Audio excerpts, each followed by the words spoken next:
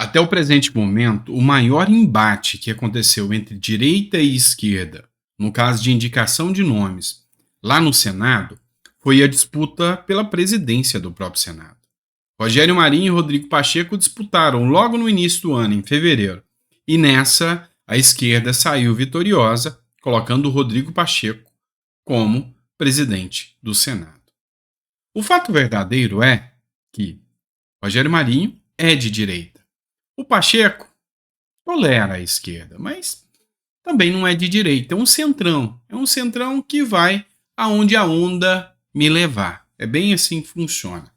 E aí, a esquerda venceu porque quem apoiou o Pacheco foi a esquerda. A grande questão é que depois da indicação do Zanin, depois dessa situação da eleição do Pacheco, o segundo ponto mais importante agora, de embate, eleição de Flávio Dino. Essa, sem sombra de dúvidas, é o segundo embate mais importante que o Senado tem, ainda mais do que o do Zanin. Por quê? Porque o Flávio Dino é declaradamente anti-bolsonarista. O Flávio Dino, ele não pestaneja em dizer que ele é contra o bolsonarismo, contra a dita extrema-direita, que assim eles caracterizam, e que vai fazer de tudo para extirpar a extrema-direita do Brasil. Ou seja, a direita, ou seja, o outro lado, a oposição. E isso aí a gente sabe que é uma ação típica de comunista, né? Que é calar a outra parte. O Dino tem essa característica e é caracterizado como autoritário mesmo. E já há quem diga que se Dino vencer, vocês vão sentir saudade do Alexandre de Moraes, que ele ainda é mais autoritário do que o ministro supremo Alexandre de Moraes. O grande ponto agora é que, segundo uma matéria do jornal Metrópolis, Bolsonaro sentiu tudo isso e teve que partir para o ataque para não deixar o Flávio Dino entrar de forma alguma. Matéria do Metrópolis. Bolsonaro se envolve em articulação no Senado para barrar Dino no STF. E aí, o jornalista aqui, o Guilherme Amado, ele cita que o Bolsonaro tem um histórico ruim de articulação no Senado. Mas mesmo assim, ele está procurando senadores, conversando com um por um para procurar votos contra o Dino. Ele teve que se envolver, ligar, ir na casa, chamar e procurar, porque o Flávio Dino, se entrar, é mais um inimigo do bolsonarismo dentro do STF, que a gente sabe muito bem que está se tornando uma corte muito criticada por suas decisões que muita gente considera política.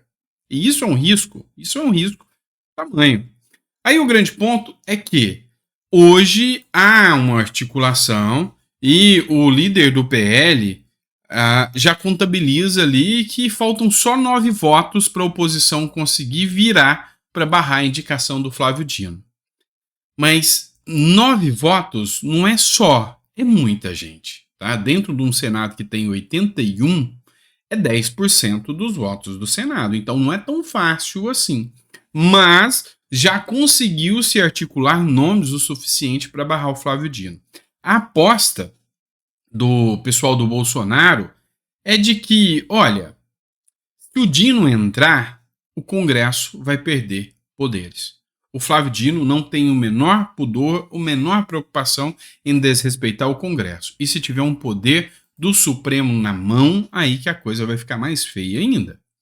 Por outro lado, Lula sentiu que a articulação do Bolsonaro ali dentro pode ser complicada. E aí, olha só essa matéria do Infomax, Lula vê com preocupação a situação de Dino no Senado e promete entrar em cena também.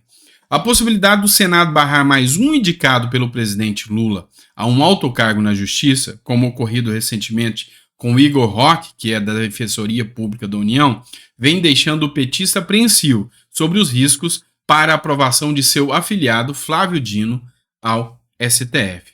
Segundo informações do jornal O Globo, aliados de Dino dizem que o político segue confiante que obterá 41 votos necessários na sabatina marcada para antes do Carnaval. Contudo, nos bastidores petistas já se admite preocupação com a falta de votos suficientes até o momento. O que eles estão apostando? Flávio Dino traiu o petismo no Maranhão.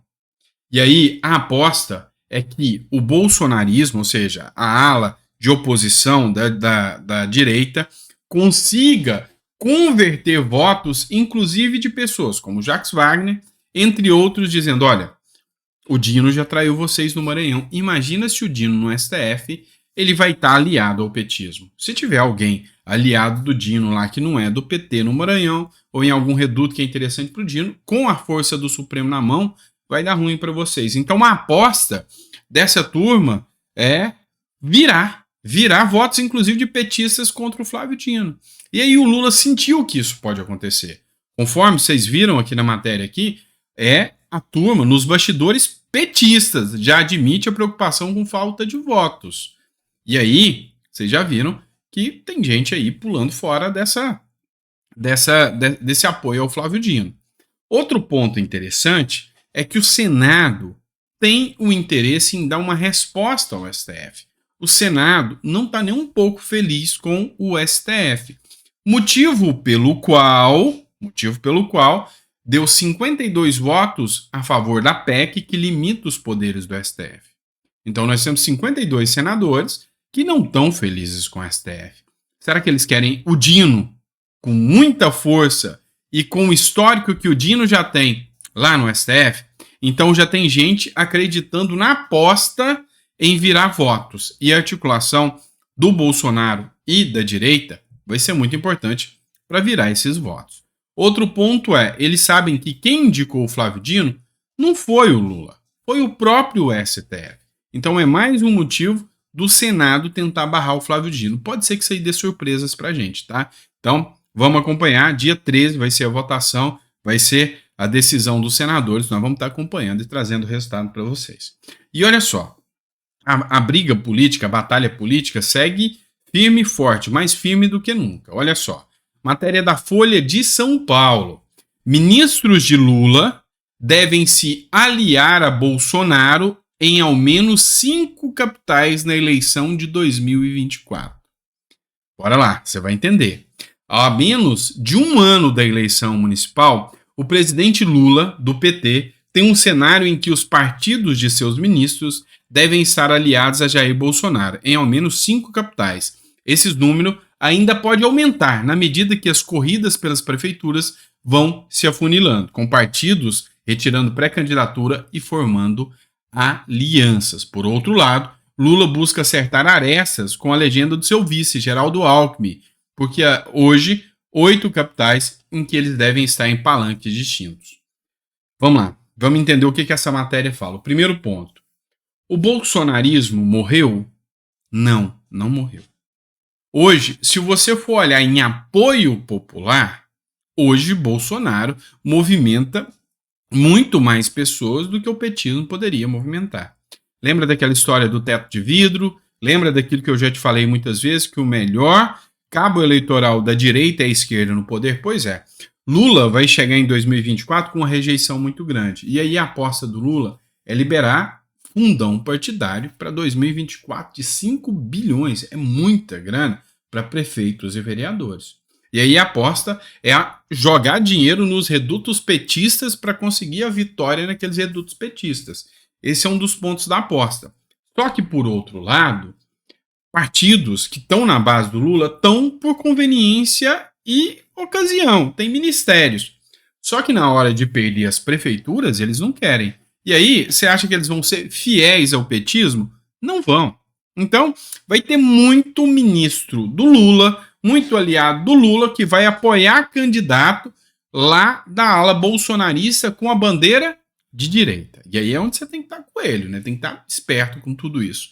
Mas vai ter muita gente da ala do Lula que vai querer colar no bolsonarismo ali para poder ganhar votos, ganhar a eleição. Nas últimas eleições de 2020 já foi um fiasco o PT. O PT não conseguiu nenhuma capital. Foi pífio, foi fraco o resultado do PT. E olha que uma onda anti-bolsonarismo vinha sendo pregada pela mídia, pela TV o tempo todo. E aí era a chance que eles tinham de voltar. Não conseguiram. Agora, com a situação que está, ainda vai ser mais difícil ainda. Eu ouso em dizer uma aposta. o PT não vai conseguir nem 15% das prefeituras que ele almeja. Eu aposto muito nisso, que não vai conseguir. E aí, enquanto isso, Lula está fazendo as suas articulações lá fora. Aqui dentro, o sentimento, inclusive do petista que votou no Lula, é que nós não temos presidente. É que o presidente não para aqui, só fica viajando. A desculpa dos petistas? A desculpa dos petistas é que ele está viajando para trazer investimentos. Mas aí a gente tem um poder 360 para refutar algumas falácias dessas, né? Investimento direto no país cai quase 40% de janeiro a outubro. Opa, mas como assim? O investimento direto no país registrou entrada líquida de 44,9 bilhões no acumulado de janeiro a outubro de 2023. Esse foi o menor valor para o período desde 2020, época de pandemia, vocês lembram? Quando houve uma redução dos aportes em função da pandemia. Ou seja, a gestão petista ela é tão grave para a economia na visão dos investidores quanto a pandemia. Então, usar a desculpa que a viagem de Lula, que as viagens realizadas trazem investimentos, acho que são desmentidas pelos fatos. E contra fatos não há argumentos. E aí, no âmbito internacional, como que o Brasil está? Vai de mal a pior. E eu vou explicar para vocês o porquê. Muita gente falava que Bolsonaro era, sabe, a imagem de alguém que deixava o Brasil isolado do resto do mundo, que não consegue diálogo internacional. Pois é, o Lula está conversando com muita gente. Mas e o resultado? E aqui dentro do Brasil mudou? Então, entenda uma coisa, esse discurso que o Brasil, o Lula vai para fora do mundo, isso não atinge o bolso das pessoas aqui dentro do Brasil. Atinge quando as coisas aqui dentro do Brasil estão funcionando. Essas viagens do Lula não convencem mais ninguém. Foi feita uma pesquisa se os brasileiros concordam com as viagens do Lula. 70% dos brasileiros ou mais não concordam de jeito nenhum com as viagens do Lula. Não concordam. E o homem continua viajando. E aí, lá fora, para falar besteira. Uma das primeiras besteiras que aconteceu há muitos dias atrás foi quando o Lula falou que ia convidar o Putin para vir, o presidente da Rússia, para vir ao Brasil quando for feito o evento dos BRICS aqui. O BRICS é aquele grupo de ditadores, sabe? Que agora aceitou mais alguns. É aquele mesmo. Então, Lula, quando falou que ia convidar o Vladimir Putin, ele desrespeitou o Tribunal Penal Internacional. Por quê? Porque tem um mandado de prisão contra o Putin, emitido pelo Tribunal Penal Internacional. O Brasil faz parte desse tribunal. Então, o Brasil tem que respeitar. Então, se houver um pedido de prisão e aqui dentro, Putin teria que ser preso. Naquela época, Lula desrespeitou o Tribunal Penal Internacional e falou que o Brasil até tinha que sair disso. Pois é, foi uma enxurrada de críticas. Agora, pelo menos, ele amenizou a fala. Ouça só. Se vai ou não, meu caro, o Putin vai ser convidado. Se ele vai ou não, ele tem um processo. Ele tem que aferir as consequências. Não sou eu que posso dizer. É uma decisão do judicial e um presidente da República não julga as decisões judiciais. Ele cumpre ou não cumpre. O Putin está convidado para o G20 no Brasil, para os BRICS no Brasil, e se ele comparecer, ele sabe o que vai acontecer. Pode acontecer e pode não acontecer. Ele não faz parte desse tribunal, ele não é assinante desse tribunal. Os Estados Unidos também não é. O Brasil é. Então, como o Brasil é signatário, o Brasil tem responsabilidade. É isso aí. Depois de ter falado besteira lá atrás, aqui ele corrigiu. E eu não tô aqui para ser um cara mentiroso que vai falar, olha, ele falou besteira. Não, agora ele falou o que deveria ser certo. Olha, se ele é membro do BRICS, o BRICS vai se reunir, não tem como ele não ser convidado. Agora, uma coisa é certa, se ele vier aqui, é a justiça que vai definir, não sou eu. Então o Putin é que sabe, se ele quiser arriscar vir no Brasil, eu não vou interferir. É mais ou menos dizer o seguinte, olha, Putin, não vou poder te ajudar. Então, nessa fala aqui, Lula foi certo. Nessa foi certo. Nessa aqui, ele alinhou, acertou a sua fala que tinha sido dita de forma errada lá atrás. Então, provavelmente o Putin não vai vir aqui, até porque o Brasil ia ser sancionado se o Putin vem aqui e o Brasil não faz nada, não manda prender, está desrespeitando.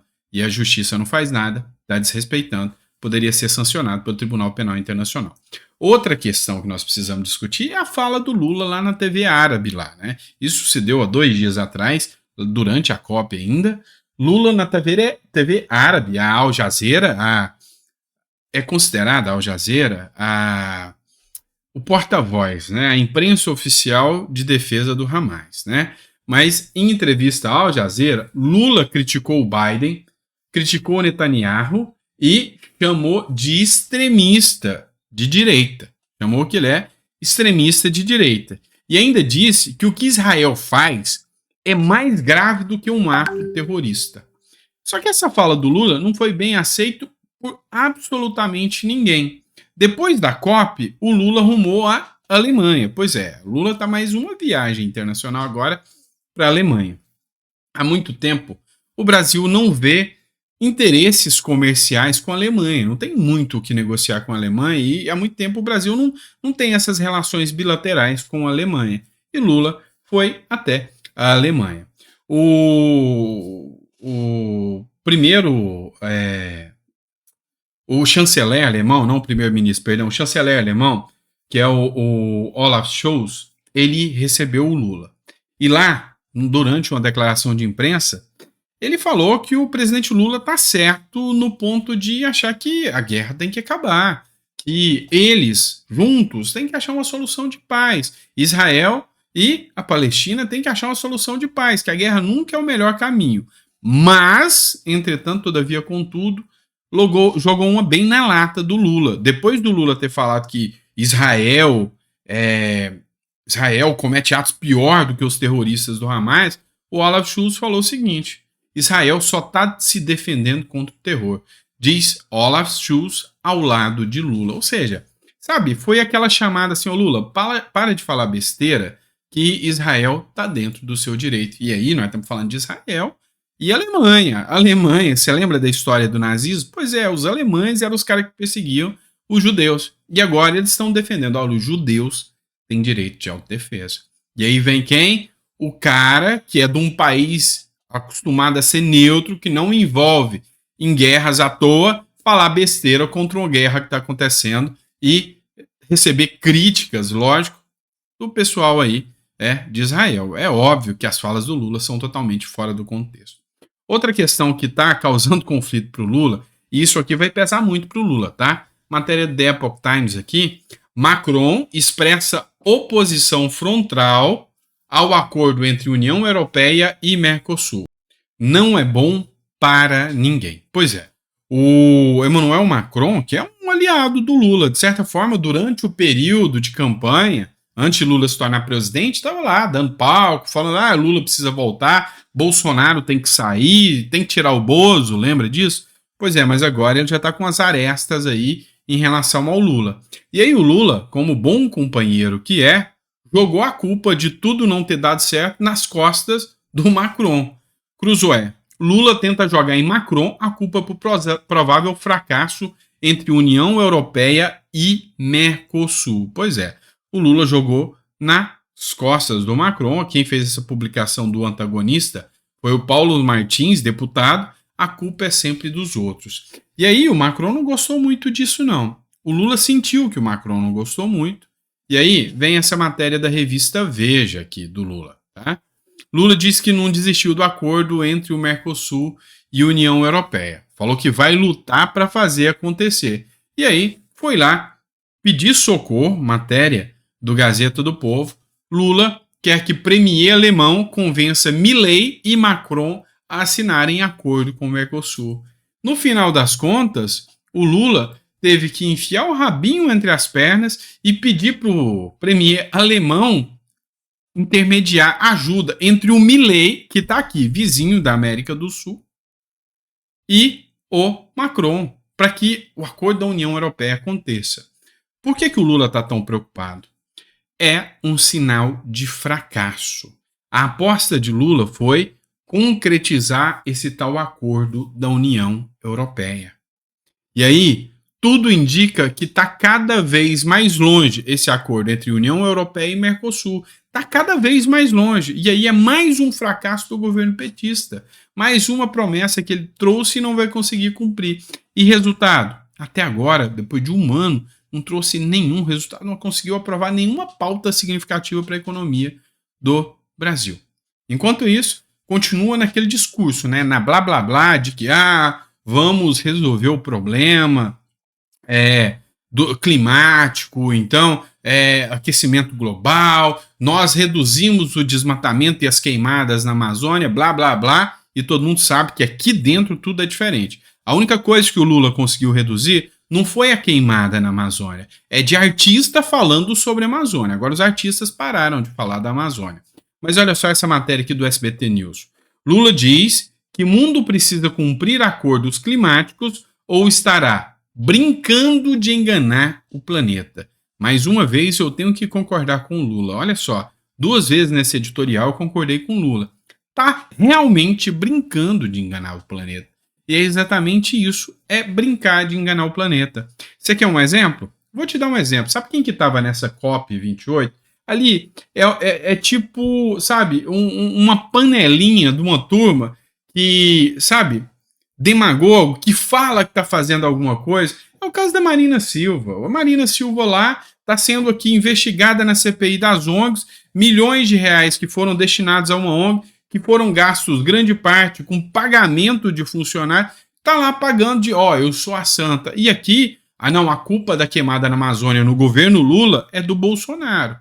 Aí dá para você perceber.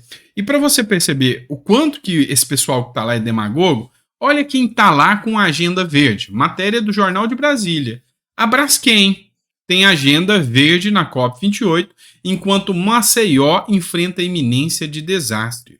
O que é a Braskem? A Braskem é uma mineradora, e essa mineradora, essa Braskem, ela, tão gananciosa, resolveu fazer exploração de minérios dentro do perímetro urbano de Maceió. E um bairro inteiro de Maceió está ameaçando afundar, está um caos. Lula está viajando, não soltou uma nota sobre Maceió, sobre o grave desastre climático que pode acontecer aqui no Brasil, desastre ambiental que pode acontecer aqui no Brasil, e aí todo mundo querendo saber, mas Lula não vai falar nada, o que está acontecendo, a Braskem está lá na COP também, e aí vem o Metrópolis para jogar uma pá de cal em cima de tudo. Executivos envolvidos com mina em Maceió integram o Conselhão de Lula. Ao menos 2 executivos das empresas envolvidas direto ou indiretamente na crise em Maceió integram o Conselho de Desenvolvimento Econômico Sustentável, o Conselhão de Lula. São eles Roberto Bischoff, diretor e presidente da petroquímica Braskem, e Cláudio Medeiros, diretor de relações do grupo Novo Honor, acionista majoritário da Braskem. E aí, pessoal, não sei se vocês se ligaram, mas são 2 nomes. O Roberto Bischoff, da Braskem, e o Cláudio Medeiros, da Novo Honor. Mas quem que é Novo Honor? Eu nunca nem vi falar nessa Novo Honor. Já viu. Já viu? E já viu muito no governo petista. Estava lá na COP28, pagando de agenda verde. Você não sabe quem é a Novo Honor? Então deixa eu te contar. Empresa mais investigada na Lava Jato. A Odebrecht muda de nome. Novo Honor. Pois é, para quem não estava com saudade aí, a Odebrecht não existe mais. Hoje o nome é Novo Honor. Esse mesmo que integra o Conselhão do Lula. Esse mesmo que estava na COP28, lá com o Lula falando, nós somos a favor do meio ambiente. Pois é, acredita se quiser, né, meu irmão? Porque se não quiser acreditar, eu te dou todo o apoio para não acreditar que essa turma não está lá. Na verdade, o interesse, em momento algum, é meio ambiente. Essa turma está afim de outras coisas. E meio ambiente, isso não cola para cima de mim. E aí eu concordo com o Lula. Estão brincando de enganar as pessoas. Pois é, né? Obrigado, pessoal. Fiquem com Deus. O vídeo estendeu um pouco, mas eu acho que as informações foram relevantes para vocês, né? Grande abraço e vejo vocês no próximo editorial.